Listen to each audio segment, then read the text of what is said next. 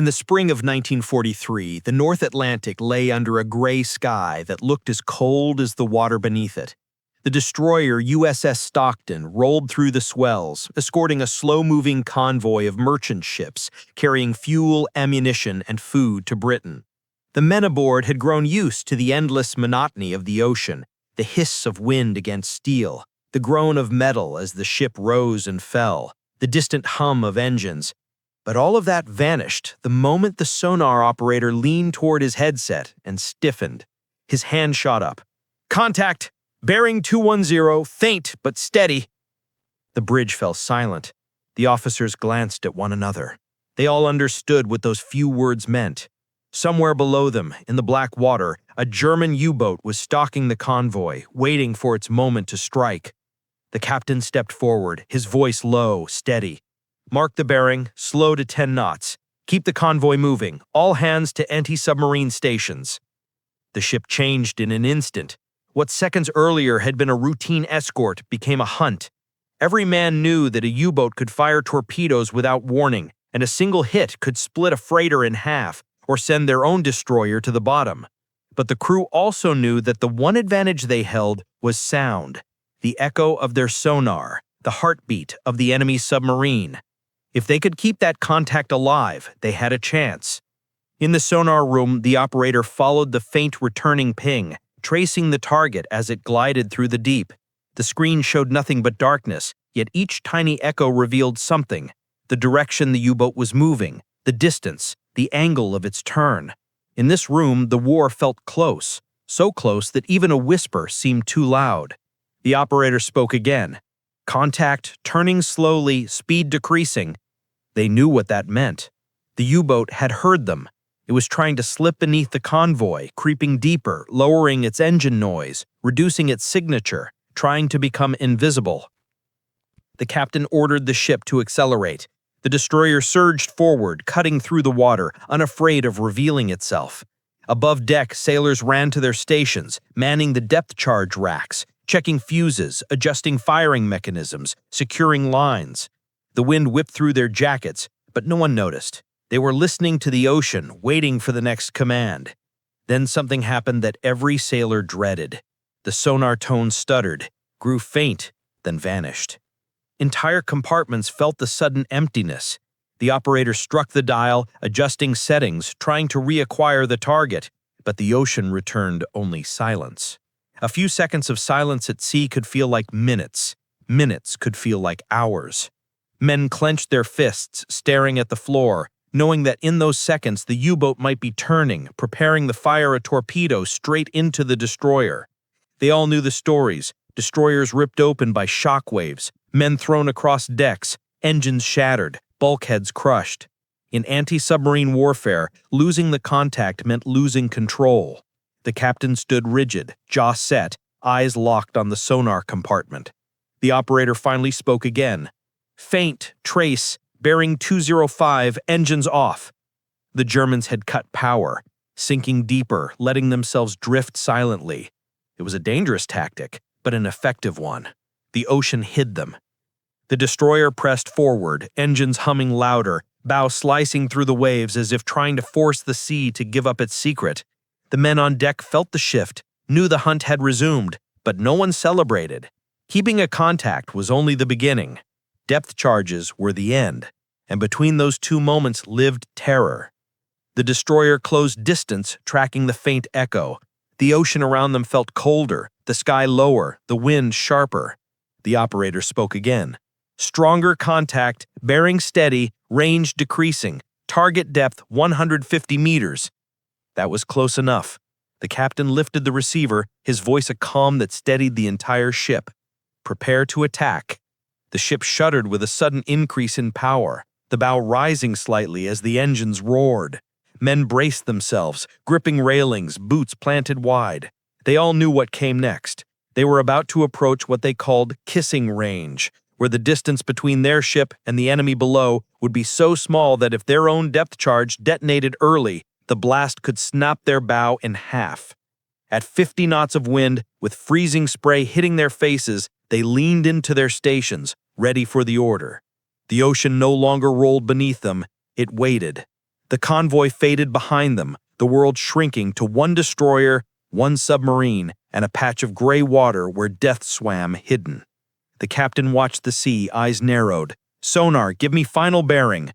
The operator answered without hesitation. "Bearing 200, contact holding, depth still 150 meters." The captain shouted, "Helm, bring us in straight, up the line, all hands stand ready." The destroyer turned and surged forward. The ocean exploded into white foam along the hull. The railings vibrated. The deck plates rattled. Men locked their eyes on the water, where nothing could be seen, yet everything waited. Beneath them, the enemy moved silently, an invisible shape sliding through pressure and darkness. Finally, the captain gave the order, "All hands, fire when ready." The tension snapped. The hunt had begun for real. No turning back, no hesitation, only the deadly quiet certainty that they were now racing toward a submarine they could not see, with weapons that could kill them if used an instant too early. The moment the ship entered kissing range, every heartbeat aboard felt louder than the sea itself. And for the first time, the sailors understood that sinking a submarine meant risking their own lives at a distance so close it felt like touching the enemy through the skin of the ocean. The moment the destroyer committed to the attack run, the entire ship transformed into a single-purpose machine. Every man knew exactly what kissing range meant, and the thought of it tightened every muscle in his body. The destroyer had to close in so tightly on the U-boat that it was practically charging over the submarine's last known position. The margin for error was measured in seconds and meters.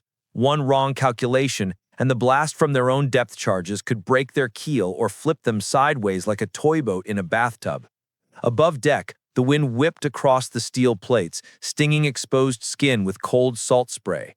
The bow rose and fell violently as the ship accelerated, white water exploding outward in great sheets that washed over the forward gun mount. The engine room increased throttle until the deck vibrated beneath the sailors' boots, humming with raw power. The sea was unforgiving, and the destroyer was forcing its way through like a blade through heavy cloth. Down in the sonar compartment, the operator leaned forward, headphones pressed tightly against his ears, sweat forming at his hairline despite the cold. He whispered the bearings almost in a trance. "Contact steady, 200, speed minimal. She is trying to drift, sir." The Germans knew they had been detected, and they were hoping to vanish. The U-boat was running silent, engines off, allowing the natural currents to carry her in unpredictable directions. This was the most dangerous moment for both sides. For the Germans, silence was a shield.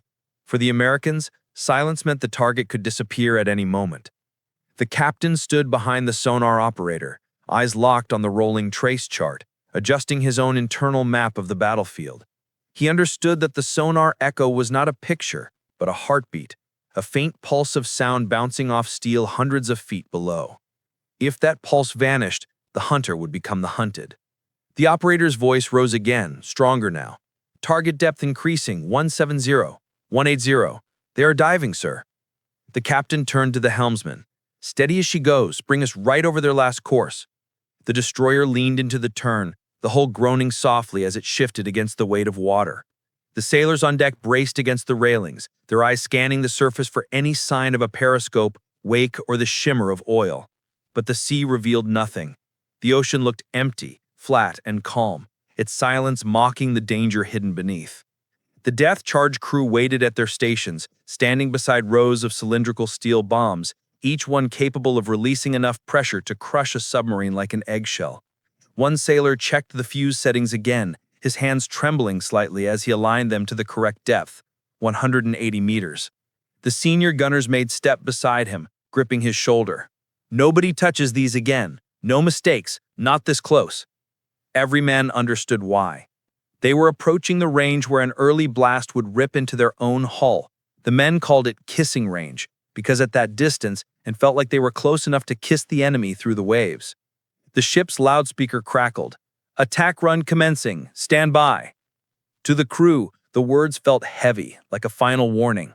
The destroyer surged forward, the vibration from the engines deepening until it rattled the teeth of the sailors clinging to the deck rails. Waves split apart under the bow, sending sheets of water sliding across the deck. The crew at the stern grabbed hold of straps and metal braces as the ship plowed straight into the danger zone. The sonar operator's voice sharpened. "Target bearing shifting port, slight turn recommended." The captain responded instantly. "Small correction port side, steady speed."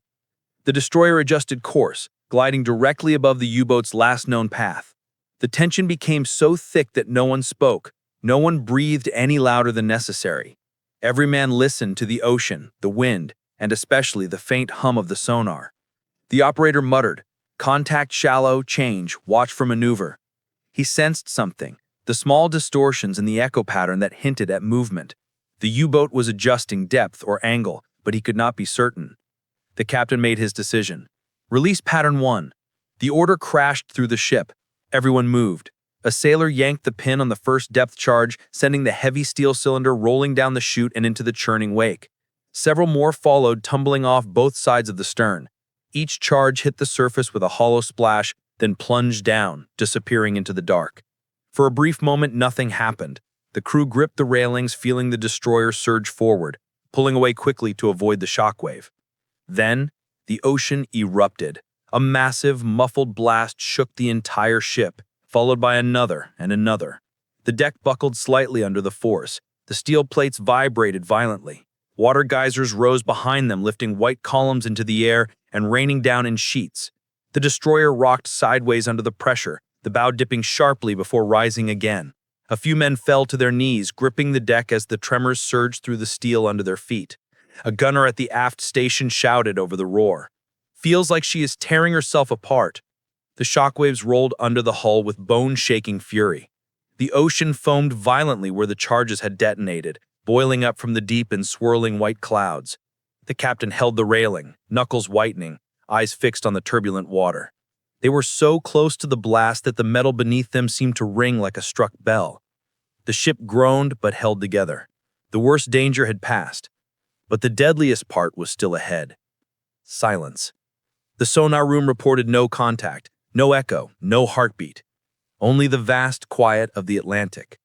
The crew waited, breath held, lungs tight. The battleship still cut through the waves, engines lowering to a steady thrum. The water behind them churned slowly, settling. Gunners and lookouts leaned forward, staring at the water for any sign of a periscope, wake, or the shimmer of oil. But the sea revealed nothing. The ocean looked empty, flat, and calm, its silence mocking the danger hidden beneath. The captain gave the order, "Bring us around for another pass. Sonar, reacquire target." The operator swallowed hard, fingers trembling slightly as he swept the waters beneath them, searching desperately. The ocean answered with silence. The crew prepared for another run. They knew the truth now. The U-boat was still alive or drifting or hiding somewhere below, and they had to dive back into kissing range again, as many times as it took, because that was the only way to kill a submarine. They had to get close, close enough to risk everything, close enough to feel the blast shake their bones, close enough to turn the ocean itself into a weapon, against an enemy they could not see, but had to destroy before it destroyed them. The destroyer completed its turn and lined up for another attack run, the bow cutting a sharp path through the rolling gray water, while every man aboard felt the familiar tightening in his gut that warned them they were seconds away from unleashing a weapon powerful enough to break steel hundreds of feet beneath the waves. The air on deck felt colder now, as if the ocean itself sensed what was coming and had drawn a long breath, waiting for the violence that would follow. The sonar operator relayed the new contact, bearing shifting slightly, shadow, unstable but present. The U-boat was moving or drifting or trying to slip into a deeper layer of water where sound traveled differently. The captain snapped orders with clipped precision. "Helm, adjust. Starboard depth charge crews stand by. Release depth 200 meters." Engines growled louder as the ship accelerated once more into kissing range. The men braced themselves, boots wide, hands gripping the cold steel railing while icy spray slapped into their faces. The destroyer heaved forward, then dipped sharply as it rode over the swell. Every vibration, every groan of the hull reminded them that at this speed and distance, even a small miscalculation could doom them all. The gunners at the stern watched the sea behind them churning into white foam as the ship tore forward. The weight of the depth charges gleamed with oily sheen, stacked in racks like giant steel drums, waiting to be unleashed. The senior gunner barked, "Check fuses, final check before release. No errors?" Men ran hands over the settings, adjusting tiny dials with frozen fingers. "Depth 200 set, ready!" The captain shouted, "When ready, fire!" The first charge rolled down the chute, slamming into the water with a heavy splash. It sank in seconds, swallowed by the sea. The next followed, then another, the rhythm of metal and water filling the air as each charge dropped into the depths. For a heartbeat, the world went still. Then, the ocean erupted. The first explosion hit like a giant fist, smashing upward through the water and into the hull. The destroyer rocked violently, men staggering sideways as the deck vibrated with a sharp metallic scream. The shockwave traveled through the ship like a pulse of pure force, rattling bulkheads and banging tools loose from hooks. A geyser of white water shot up behind the stern, climbing higher than the aft gun mount before collapsing in a roar of spray. The second blast struck seconds later, deeper, stronger, sending another violent tremor through the hull that made sailors grit their teeth as pain shot through their legs. The third explosion bloomed even closer, blasting the surface into a churning whirlpool of foam and black smoke. The entire stern lifted slightly, jolted upward by the force before slamming back into the sea. Every man felt the impact in his bones. The ocean around them writhed as if alive, boiling from the energy unleashed below. On the bridge, the captain gripped the railing, feeling each shockwave roll through the steel beneath his feet. His face remained calm, but his arms tensed against the violent shuddering, knowing that one premature detonation would send their ship into a crippling dive or tear open the hull as if it were made of paper. The depth charge crew held on desperately as the destroyer twisted from the force, water sweeping across the deck, high enough to reach their knees. A young sailor grabbed the edge of a rail as the blast knocked him sideways, nearly throwing him overboard. He felt the cold spray slam against his chest and pulled himself upright, teeth chattering, breath sharp and shallow. The explosions continued echoing through the water in muffled thunder, each shock wave rolling under the hull and making the entire ship tremble as though the Atlantic itself were shaking. The men who had never experienced a full attack run felt fear coiled deep in their stomachs, and even the veterans could not deny the instinctive dread that welled up when the ocean turned violent under their feet. The bombardment subsided, leaving behind only a low rumbling echo that bled into the steady drone of the engines. The destroyer pulled clear of the danger zone, its stern dripping with seawater and black residue from the blasts. The ocean behind them churned with white bubbles and swirling eddies, as if something deep below had been torn apart. Yet, no one cheered. They all knew that even the most violent explosions did not guarantee a kill. The captain ordered slow speed, maintain course, prepare for sonar recheck. The crew exhaled in shallow, uncertain breaths, listening to the sea as if it were waiting for it to speak again. The sonar operator wiped sweat and seawater from his forehead and leaned in, tuning the receiver, spinning the dial with precise small movements, searching for the faintest echo. The room held its breath. The entire ship felt suspended in that moment as the sea calmed behind them. The operator whispered, "Static, only, no contact." Then he stopped suddenly, leaning closer. "Something there, faint, metallic, bearing 210, weak but definite." He raised his voice. "Contact regained." The men on deck stiffened and looked at one another. Some cursed under their breath. Others felt a strange surge of relief. The U-boat was still alive, but that meant something else too. The attack run had not been close enough, not deep enough, not deadly enough, and the destroyer would have to charge back into kissing range once more. The captain took the report calmly, though his jaw tightened. "Bring us around for another pattern. We stay on her until the sea gives her up." The destroyer turned sharply, the bow carving a white arc across the dark surface. The men swallowed hard, tasting salt and fear, but no one hesitated.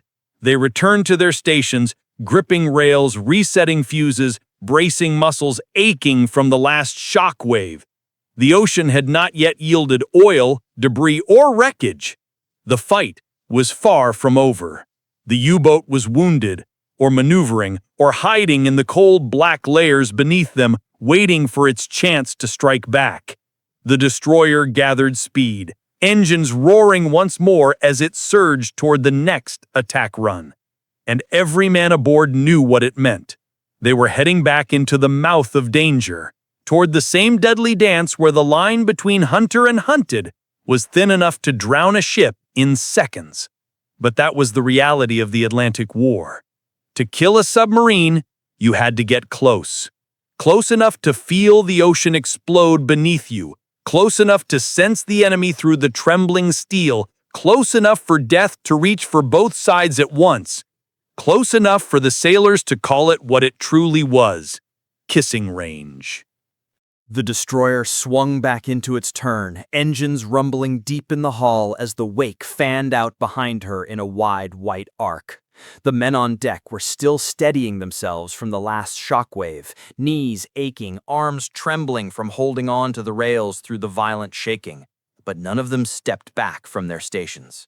Even exhausted, soaked, and chilled, they knew the truth better than anyone. A U-boat that survived one attack run often became more dangerous on the next. It learned, it adapted, it struck when the hunter thought the kill was certain.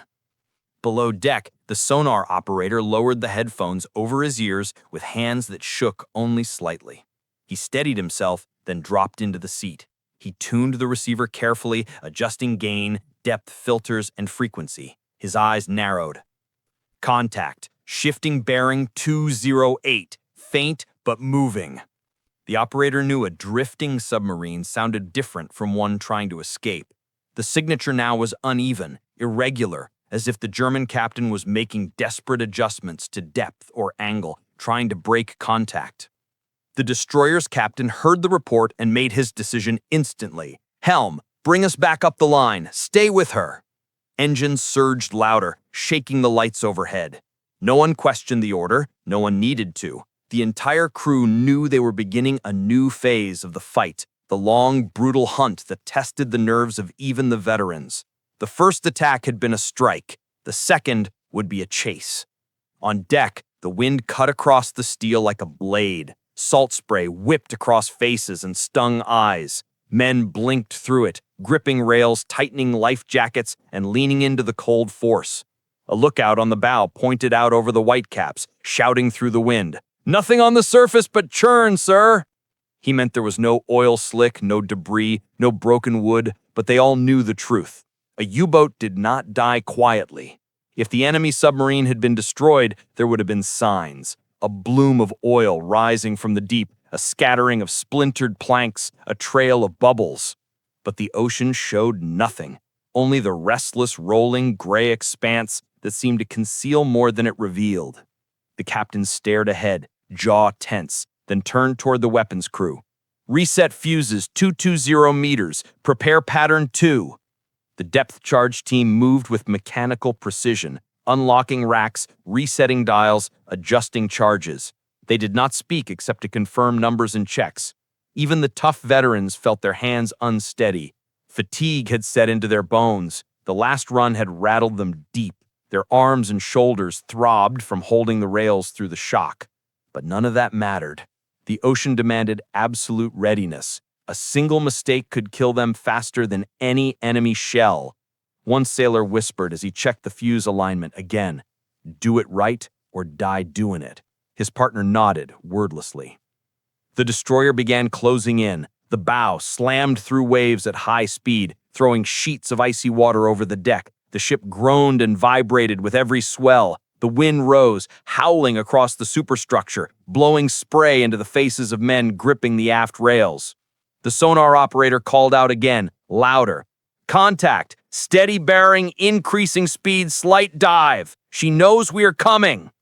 A U-boat under attack had two options: dive deeper or try to outrun the destroyer. The Germans knew their submarine could go deeper than the depth charges were set for, but they also knew the deeper they went, the harder it became to maneuver, and the more likely the destroyer's sonar would lock onto them. The chase became a duel of senses, hearing versus silence, sound versus shadow. The destroyer plunged forward, the U-boat slipping ahead, unseen, somewhere in the dark below. The captain snapped more orders to the helm and engine room. Maintain full speed, close distance, depth charge crews stand by. On the deck, the sailors steadied themselves. They had done this before, dozens of times. Some survived multiple hunts, but it never became easier. Every attack run demanded the same discipline, the same endurance, the same willingness to risk their lives at kissing range, where a single early blast could rip their destroyer in half. They were soaked through to their skin, boots waterlogged, uniforms heavy with spray, faces red from wind and cold, breath forming white clouds in the air.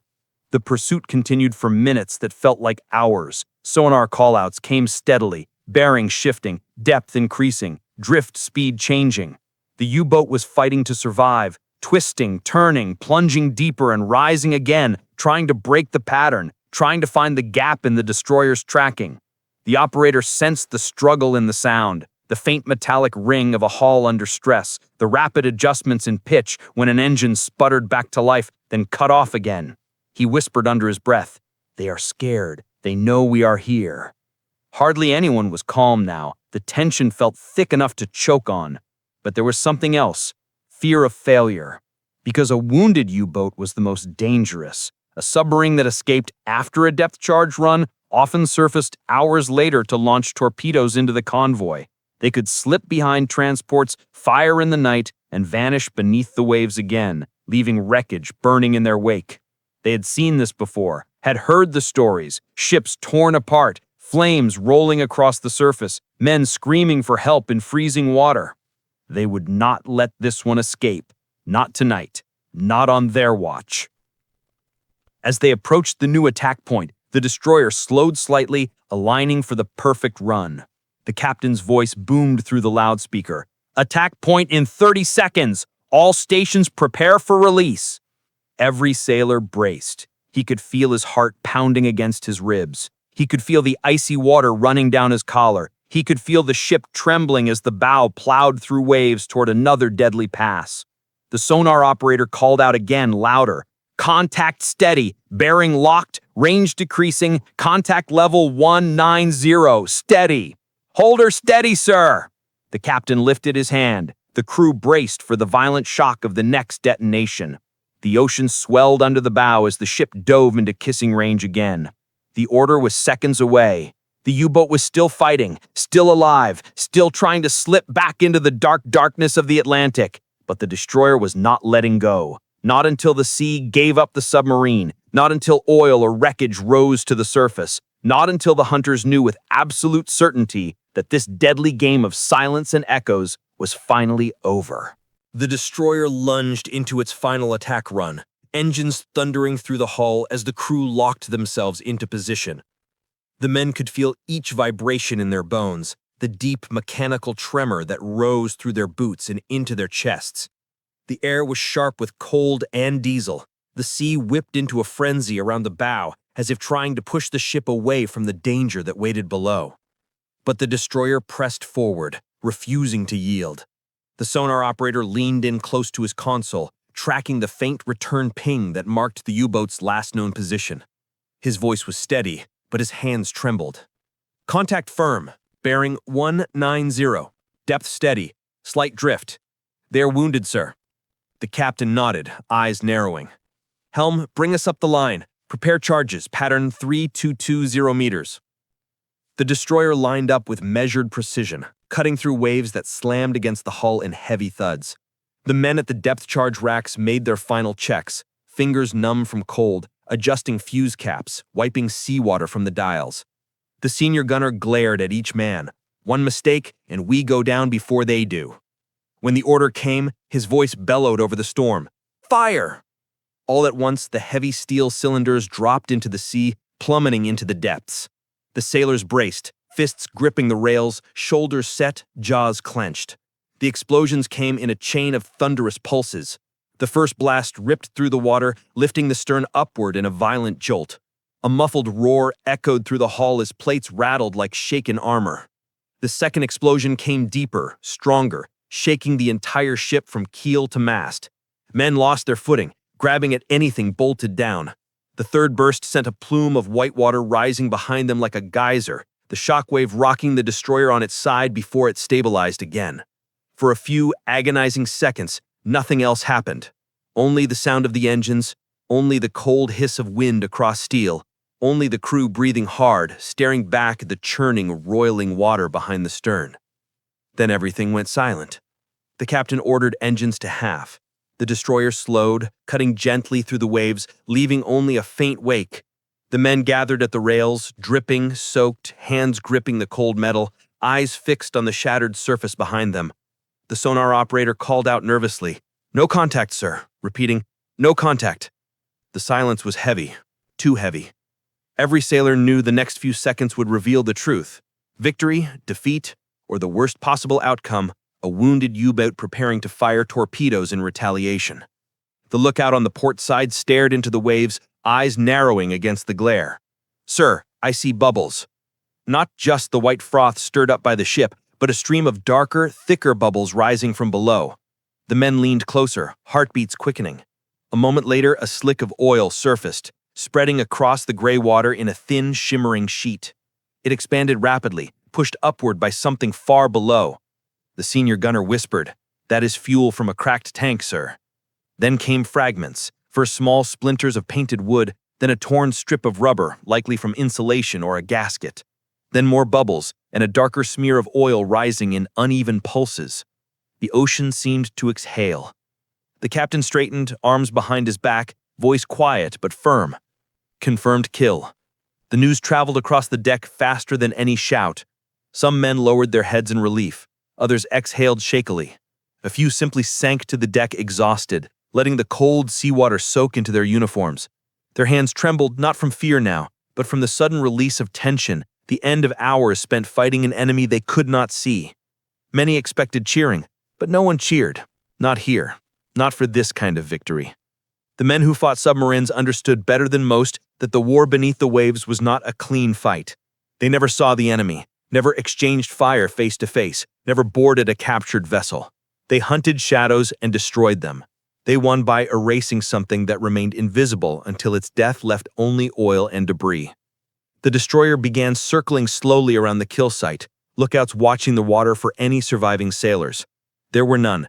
The U-boat had died far below, crushed by pressure and fire. The captain gave the order to resume escort formation. The convoy was still miles away, still vulnerable, still depending on the destroyer to keep more unseen predators at bay. The men returned to their stations, some limping from the violent shaking, others rubbing bruises formed during the attack. A few paused to stare back at the quieting slick of oil drifting behind them, absorbing the truth that another crew had drowned in silence beneath the waves. No celebration, no parade, no medals pinned in the moment.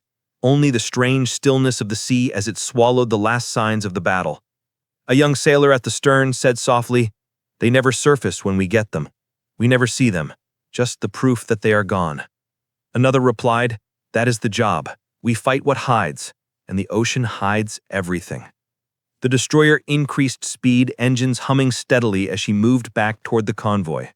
The men understood that before the day ended, the sonar might ring again, signaling another contact, another chase, another deadly run into kissing range.